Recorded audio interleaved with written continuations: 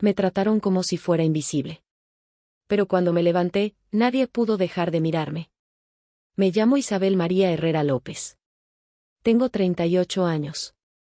Vivo en la Ciudad de México, en un departamento gris en la colonia Roma, encima de una panadería que huele a masa fermentada todas las mañanas.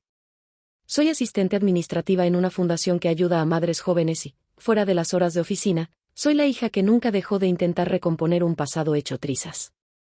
Ahora mismo mi vida parece una cuerda taimada entre la rutina y el recuerdo. Pago cuentas, contesto correos, me quedo despierta hasta tarde leyendo mensajes que no llegan. Emocionalmente, estoy como una casa con las luces encendidas pero las paredes agrietadas, mucha presencia física, poco calor verdadero. Antes de continuar, si te gustan las historias reales que golpean hondo, por favor considera suscribirte. Contar esto no es fácil para mí, pero quizá alguien necesite oírlo. Recuerdo el día exacto en que me sentí invisible por primera vez, tenía 7 años y mamá no volteó a verme cuando me acerqué con el dibujo en la mano. Había una olla que hervía, una discusión con mi hermano mayor, el teléfono que no paraba de sonar. Yo estiré el papel, un sol desproporcionado, una casa con ventanas verdes, mi nombre con letras torcidas. Mamá ni siquiera me sonrió. Hazlo mejor, fue todo lo que dijo, sin mirarme, como si yo fuera el ruido de fondo de su vida. La sensación fue física, algo en mi pecho se secó, la garganta se me hizo un túnel. Fue la primera vez que aprendí a contenerme. La ciudad me ha enseñado a no pedir atención, sus calles son una multitud que te empuja y te desaparece, el metro es una torre de reproducciones humanas que nunca se reconocen. Aún así, hay mañanas en que me miro al espejo y me parece que la vida me ha convertido en un cristal opaco, la gente te ve, pero no te mira. Eso me condujo a un modo de supervivencia, me hice pequeña, fácil de ignorar, amortiguando la voz y la presencia para evitar choques que no podía ganar. Pagué ese precio con años de silencio interior. Al crecer, lo invisible se convirtió en una estrategia familiar. En casa se evitaban los choques directos, se fingía que todo iba bien, se mantenía la apariencia. Mi padre, Antonio Herrera, era un hombre que parecía sólido en la calle, un consultor callado con traje, pero que en casa ejercía una ausencia pesada, volvía tarde, hablaba con frialdad y encontraba en la crítica una forma de sentirse superior. Mi hermano Carlos, 3 años mayor, aprendió a competir por atención con rabia. Y mi madre, Lucía, se sumergió en tantas obligaciones que nos dejó a la intemperie de sus silencios. Ninguna de esas acciones eran maldades calculadas, más bien eran grietas por las que se filtró la incomunicación. Si esto te está resonando hasta ahora, darle like nos ayuda a llegar a más personas que quizás también se sientan invisibles. La invisibilidad tuvo consecuencias, fui acumulando pequeñas humillaciones que me enseñaron a dudar de mi propio valor. En la escuela me volví sigilosa, en las relaciones me ofrecía como quien no espera devolución. Amé en secreto a hombres que no me miraban, me casé con alguien correcto, Marco, porque en su rutina encontré promesas de seguridad, no de vibración. Nuestro matrimonio fue un arreglo funcional, 2 agendas que coincidían, facturas que se pagaban, un espacio común sin mucho brillo. Los primeros años fueron de comodidad hasta que la comodidad se volvió silencio. Con el tiempo, incluso él comenzó a tratarme como si no importara su mirada sobre mí. La noche en que supe que recibiría la invisibilidad de frente fue cuando me diagnosticaron depresión. No fue una revelación elegante, la doctora lo dijo con una voz que intentaba no sonar burocrática: has estado atravesando un episodio depresivo. Tienes los síntomas clásicos de quien se siente poca cosa. Ese diagnóstico fue un espejo y un mapa. Por un lado, me daba nombre, por otro, me enfrentaba a una pregunta que dolía: ¿quién era yo sin la pequeña forma que me permitía pasar desapercibida? Desde entonces he ido atesorando detalles, el olor a café de la panadería que cruza mi balcón, el metal frío del pasamanos del metro, la humedad que pega en los cristales cuando llueve. Los olores y las texturas me devuelven la certeza de que existo fuera de la mirada ajena, que mi cuerpo responde con tensión y alivio, con hambre y sueño. Pero tenía un miedo permanente: levantar la mano y que nadie respondiera. Ese miedo moldeó mis decisiones, mis renuncias, me enseñó a medir mi grito. Anoche soñé que caminaba por la avenida Álvaro Obregón y la gente me atravesaba como si fuera una proyección. En el sueño, mis manos eran de vidrio y se quebraban con un ruido seco que nadie escuchaba. Desperté con la garganta seca y una sensación de urgencia en las costillas: era hora de dejar de medir mi existencia por las reacciones de otros. No sabía todavía cómo, pero me juré que ya no viviría para encajar en un espacio pequeño. Esa promesa sería la chispa que encendería lo que viene. la invisibilidad en la que había vivido era menos drama que estrategia. Durante años fue un plano de control que me permitió sobrevivir a un hogar que no sabía conversarme. Aprendí a hacerme notar en los lugares correctos, trabajo eficiente, sonrisa en reuniones, intervención precisa cuando era necesario. Pero fuera de los momentitos controlados, me desaparecía, no pedía a tiempo, no discutía, no reclamaba. Creía que así mantenía la paz. Hasta que un evento desordenó todo. Fue en la cena de Navidad del año pasado. Mi madre sirvió mole con premura, el olor a cacao y chile llenó el comedor. Había una presión luminosa en el techo, las velas temblaban porque mi sobrino pateaba la mesa. Carlos llegó con su risa cortada, su traje olía a humo, las conversaciones eran sobresaltadas y medidas. La mesa se llenó de platos que parecían más bien escudos. En cierto punto, alguien habló de la casa de veraneo que había heredado mi tía. La conversación se volvió un juego de recuerdos y vanidades. Yo dije algo sobre querer vender un mueble viejo que solo ocupaba espacio en mi departamento. Fue una frase torpe, sin más intención que deshacer un objeto. Nadie respondió. Mamá me miró por encima de sus gafas y volvió la vista al telón. Papá soltó una risa corta, como de costumbre. Carlos soltó un comentario impertinente, otra vez con tus cosas, Isa. Y en ese instante, sentí el viejo familiar hundimiento, el mundo se cerró alrededor de mi voz, como si hubiera hablado en un idioma que todos conocían menos yo. Tuve un calor que me subió al rostro y un frío en la espalda. Guardé silencio hasta que nadie recordara lo que dije. Esa noche me volví a casa con el sabor del mole en la lengua y un peso en el pecho que ya no estilaba ser solo mío. Si esto te está resonando con fuerza, compártelo o deja un comentario. A veces leer que alguien más pasó por esto da ánimo.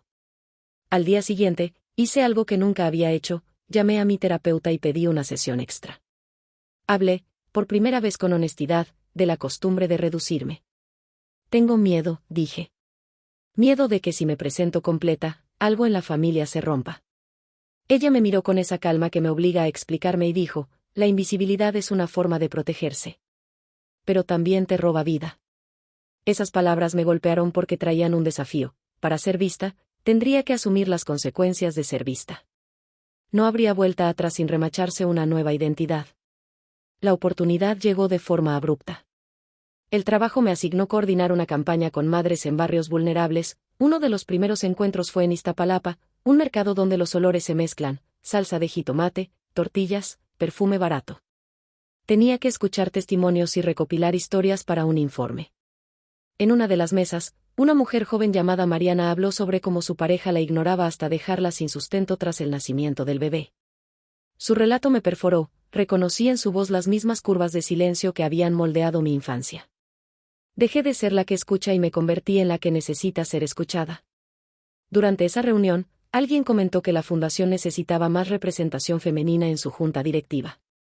Fue un comentario casual, una nota en el aire que otros podrían ignorar. Pero dentro de mí algo se tensó y se hizo claro, esto era una apertura para salir de la invisibilidad. Propuse postularme. Fue una salida voluntariosa, con todas mis inseguridades haciendo fila para detenerme. Marco me miró con una mezcla de orgullo y extrañeza cuando lo comenté. ¿Estás segura?, preguntó, sin entender que esa seguridad ya no se medía por su aprobación. Al principio, el rechazo en silencio volvió con fuerza, mi madre dijo, ¿y para qué?, y mi hermano se encogió de hombros. Pero la idea ya había aprendido. Comencé a prepararme como quien se prepara para un examen que decide la vida. Leí documentos, hablé con mujeres que admiraba, aprendí a transformar las ganas en argumentos. Hubo noches en las que me levantaba a las 3 con la garganta apretada, me enfrentaba a la pantalla y escribía hasta que el sol entraba por la ventana y la ciudad amanecía. La tensión física era real, insomnio, agujetas en el cuello por apretar los hombros, un filo de ansiedad que me pelaba la piel. Pero también había una claridad nueva. Cada vez que me sentía desmoronada, recordaba la cara de Mariana y su modo de decir las cosas como quien reclama el aire. Un día, durante una junta externa, mi padre apareció.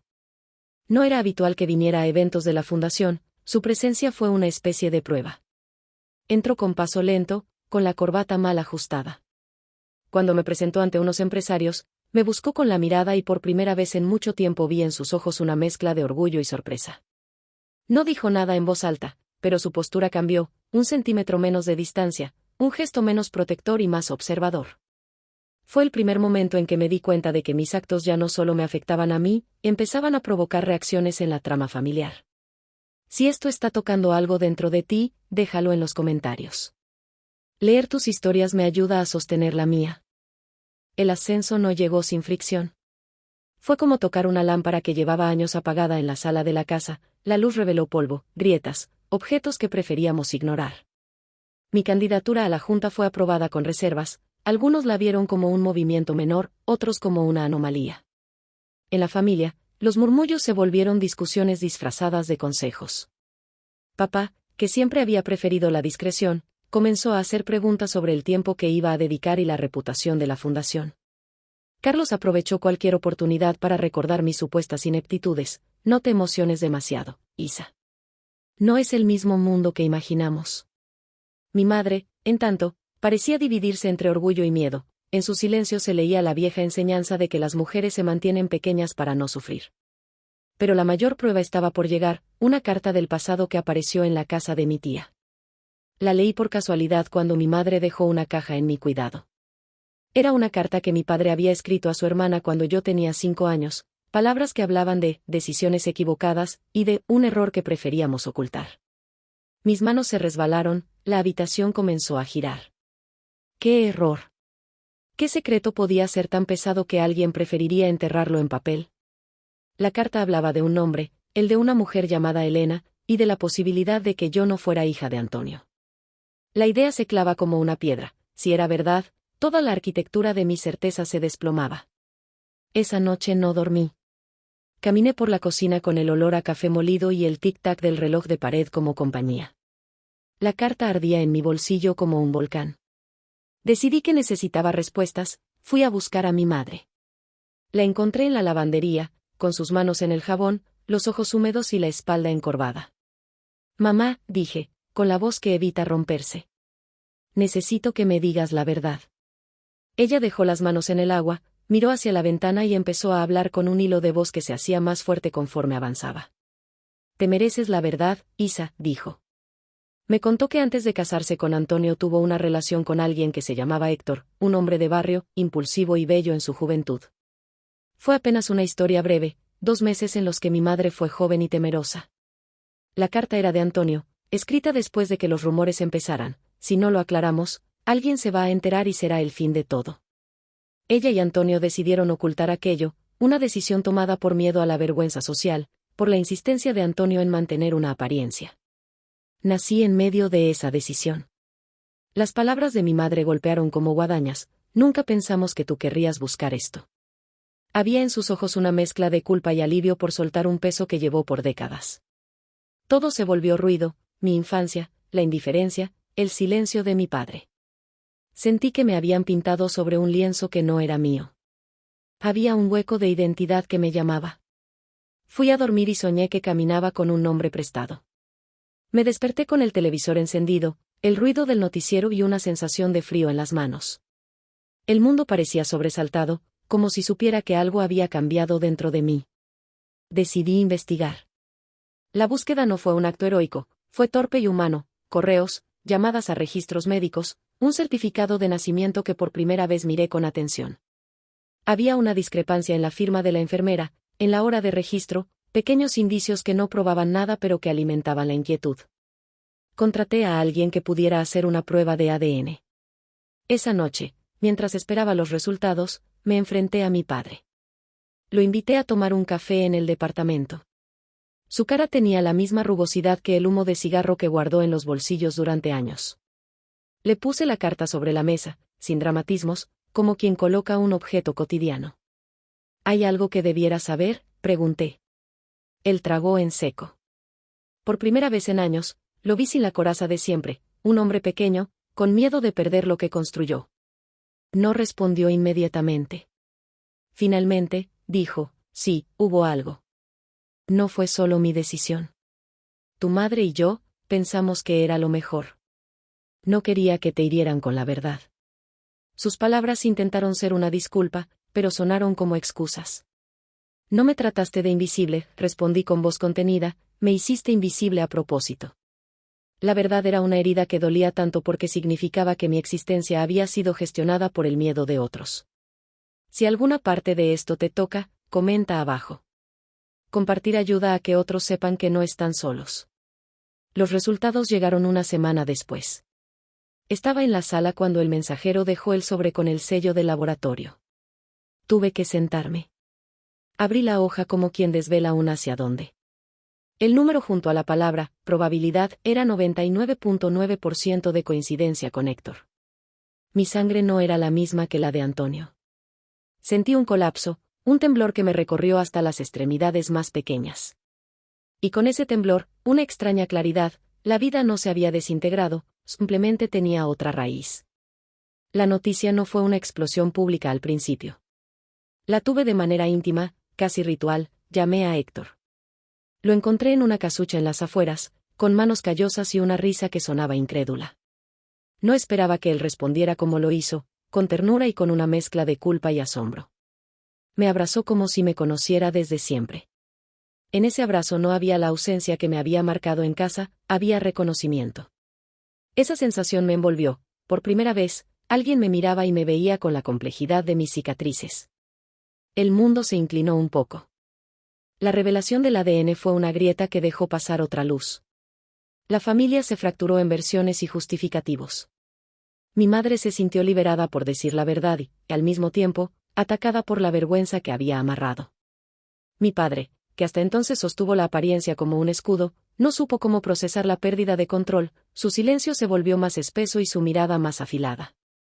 Carlos, por su parte, se mostró confundido, a veces hostil, otras veces como si su propio terreno interior se hubiera vuelto movedizo. En la cena siguiente, el plato que me ofrecieron fue la indiferencia vestida de cortesía. Pero fuera de esos episodios, hubo algo poderoso, mi presencia empezó a reclamar un lugar legítimo. Al incorporarme en la junta directiva, me encontré con mujeres que no buscaban probar nada a nadie. En sus miradas había reconocimiento, algunas venían del mismo barrio que Héctor, otras eran profesionales con historias quebradas. Fue en esas reuniones donde aprendí a nombrar mi dolor sin pedir permiso. Conté la historia del niño que fue reducido a un dibujo ignorado y de la mujer que compró su voz con la verdad. Había un silencio respetuoso que, por primera vez, no me invisibilizaba. En medio de esta reconstrucción, mi relación con Marco comenzó a tensarse. Él había sido un refugio cómodo, pero ante la nueva ola de honestidad mía, no supo qué hacer. Su respuesta fue típica del que teme perder el lugar que ocupaba, se fue apagando. No hubo infidelidades dramáticas ni discusiones estridentes, simplemente su cariño se volvió prudente, sus llamadas más esporádicas. Le ofrecí la posibilidad de entender y acompañar, pero él no se sintió capaz de hacerlo sin sentir que perdía control de la narrativa que compartían. Terminar fue una decisión dolorosa pero necesaria, preferí el temblor de la libertad a la quietud de una compañía que no me miraba. Si esto te conmueve, no olvides suscribirte y activar las notificaciones para escuchar cómo sigue esta historia. Una de las consecuencias más profundas fue el reencuentro con Héctor. Al principio nuestras conversaciones fueron torpes, intercambiábamos datos biográficos como si hiciéramos un inventario de lo que no sabíamos. Pero poco a poco emergió la historia de un hombre que amó con la misma intensidad con la que perdió. Me contó que nunca supo de mí, que su vida siguió entre trabajos esporádicos y una nostalgia que lo acompañó en la soledad. Cuando me dijo, siempre te pensé en silencio, supe que había algo más que una filiación genética, había una pertenencia emocional que nadie en mi familia me había dado. Las cosas no se solucionaron mágicamente. Tuvimos que negociar límites, ver qué lugar ocuparía en mi vida y en la de mi familia. Hubo resistencia por parte de quienes consideraban que abrir ese viejo cofre traería caos social. Algunas voces que antes me ignoraban ahora opinaban con ligereza sobre mi derecho a conocer a mi padre biológico. Me encontré en el ojo de una tormenta doméstica, las ventanas cerradas, las frases punzantes, las miradas que buscaban un culpable. Aún así, dentro de todo el ruido, mi interior cobraba matices, ya no era una figura a la intemperie, era una persona insistiendo en su propio derecho a ser vista. Una de las secuencias más duras fue cuando mi padre pidió hablar conmigo a solas. Entramos en su estudio con olor a papel viejo y cuero. Se plantó frente a mí con una mezcla de orgullo lastimado y miedo. No sé cómo pedir perdón, dijo. Sus palabras eran auténticas, pero faltas. Fui cobarde, añadió, y en esa confesión había tanto alivio como la constatación de que el daño no se repara solo con palabras. Le dije lo que necesitaba: honestidad, reconocimiento del error y responsabilidad por los años en que me organizó la vida sin consultarme. La cara de mi padre se contrajo, tardó en asumir que ser admirado por la comunidad no equivalía a tener derecho a decidir mi identidad. Fue un proceso lento y lleno de resistencias, pero hubo momentos de ternura, como cuando una vez me trajo un libro que sabía que yo querría leer. No fue un final perfecto, pero fue un inicio con posibilidades. El cambio más grande ocurrió dentro de mí. Empecé a practicar la presencia. No era un acto escenográfico, sino una disciplina íntima. Me obligué a escuchar mis propias necesidades, a decir no cuando el cuerpo me pedía descanso, a reclamar un asiento en la mesa cuando sentía que mi opinión importaba. Hubo recaídas, noches en que la vieja costumbre de minimizarme regresaba como una compañía. Pero la nueva estrategia era persistente. Cada vez que me sentía invisible, me recordaba la carta, el laboratorio, el abrazo de Héctor, la ternura de las mujeres en la fundación. Era como construir un jardín en un terreno rocoso, tomar tierra compacta, regarla y esperar brotes. Si te está ayudando a escuchar esta historia, compártela con alguien que la necesite. A veces una historia puede ser la llave que abre la puerta de otra vida. Llegó el día en que tuve que enfrentar la visibilidad frente a todos. Fue durante una ceremonia de reconocimiento en la fundación, un evento modesto pero importante. Familias, benefactores y algunos representantes del gobierno asistieron. El salón olía a incienso barato y café recalentado. Había un atril iluminado por una luz demasiado blanca que destacaba las pequeñas imperfecciones de nuestra apariencia. Me temblaban las piernas cuando subí al escenario. Recordé la niña con el dibujo en la mano que nunca recibió una mirada. El aire se me congeló por un instante, pero respiré y puse en orden las palabras que ya habían madurado en mí. Empecé a hablar de la invisibilidad, de cómo se infiltra en la vida cotidiana. Compartí la historia de mi infancia y la carta que cambió todo, no para escandalizar, sino para mostrar que las decisiones que tomamos con miedo tienen consecuencias que trascienden generaciones. Dije, me trataron como si fuera invisible. Pero cuando me levanté, nadie pudo dejar de mirarme. La frase encontró el aire y la gente comenzó a mirarme con otra atención, una que no era curiosidad morbo sino reconocimiento.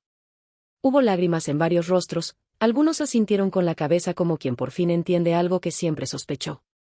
Al bajar del escenario, me abrazaron personas que yo apenas conocía, madres que habían encontrado fuerza en mis palabras y hombres que me dijeron que sus propias madres les habían enseñado a no mirar. Esa noche no todo se convirtió en confort. Volví a casa y encontré la casa de mi infancia marcada por la distancia. La conversación con mi padre seguía siendo tensa, había palabras que no lográbamos trenzar. Carlos, por su parte, vino y se quedó más tiempo del esperado. Sentados en la cocina, habló con un tono que parecía contener años de resentimiento y ternura. No sabía cómo tratar todo esto, dijo, pero ver que te levantas me da rabia y orgullo al mismo tiempo. La ambivalencia de su frase era humana, la vida familiar no resuelve sus nudos de inmediato.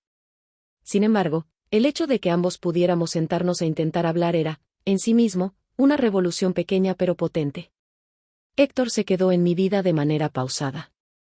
No entró al escenario con fanfarrias ni películas. Apareció en los puntos donde la cotidianidad nos necesitaba, en una cita para el café, en los días en que estaba enferma, en las tardes en que salíamos a caminar por el bosque de Chapultepec y hablábamos de cómo habíamos llegado a ese punto. No era el héroe ni el demonio, era un hombre con errores y ternuras que, al conocerme, también se permitía reconstruirse. Su presencia fue una herramienta para que yo supiera que la verdad, aunque tardía, ofrecía posibilidad de reparación. No borró el pasado, pero sí lo hizo menos determinante. Hoy mi vida es otra. Trabajo con la misma intensidad, pero con una autenticidad que antes no conocía. Las noches de insomnio siguen visitándome, pero ya no me paralizan, ahora las convierto en escritura, en llamadas a amigas, en cuidado personal. Mi hermano y yo hemos aprendido a hablarnos con más cuidado, a dejar de medir el cariño en el silencio. Mi relación con mis padres no es idílica, hay aún dolores que requerirán tiempo, disculpas repetidas y acciones concretas. Pero hay un movimiento, la casa ya no es un lugar donde se ocultan cosas silenciosas, sino un campo de negociación donde la verdad puede existir sin borrar la ternura. Si algo de esto te inspira, por favor suscríbete para seguir compartiendo historias reales. Y si alguna vez te sientes invisible, recuerda, levantarte puede cambiar todo. La lección que quiero dejar aquí no es fácil ni cómoda, la invisibilidad muchas veces es un mecanismo de protección que se instala para evitar daños inmediatos, pero a la larga te roba la posibilidad de ser vista de verdad. Levantarse implica riesgo, perder la comodidad, enfrentar la vergüenza, cambiar relaciones. Pero también abre la posibilidad de ser reconocida por quienes valen la pena, de reclamar tu lugar en la mesa. No prometo que la visibilidad cure todas las heridas, pero sí garantiza que tu existencia tenga la dignidad de ser tomada en cuenta. Para terminar, te comparto esto como un desahogo y una invitación. Si alguna vez has sentido que te tratan como si fueras invisible, levántate. No para demostrarles a los que te ignoraron, sino para demostrarte a ti misma que tu vida merece ser vista. La mirada de otros puede tardar en llegar, pero cuando te levantas con coherencia, con verdad y con cuidado, nadie puede permanecer indiferente por mucho tiempo.